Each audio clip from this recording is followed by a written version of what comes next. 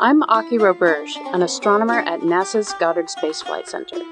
I've been studying a young nearby planetary system around the bright star Beta Pictoris. Located 63 light-years away and only about 20 million years old, the star is surrounded by a vast disk of gas, dust, and comet-like bodies that we view edgewise. We know of one planet in there too. It's a giant planet, tracking along an orbit nearly as large as Saturn's. I'm part of a team studying Beta Pic's disk using the Alma Observatory in Chile. We've found something odd. A belt of carbon monoxide gas centered about 3 times farther from the star than Neptune's distance from the Sun.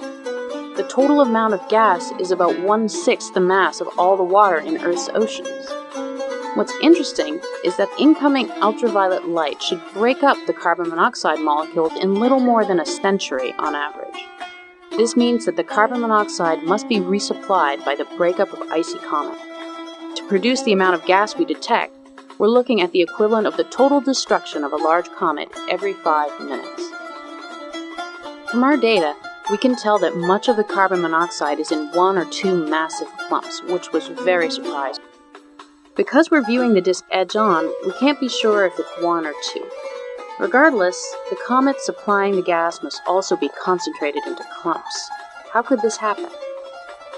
If there is 1 clump, we think we're seeing the aftermath of a collision between 2 icy planets about the mass of Mars.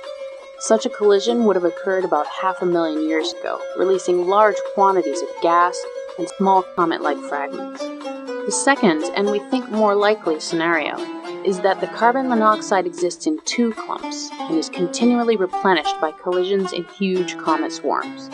We believe the comets are shepherded together by an as-yet undetected second planet, whose gravity confines the comets into a small region so they frequently collide.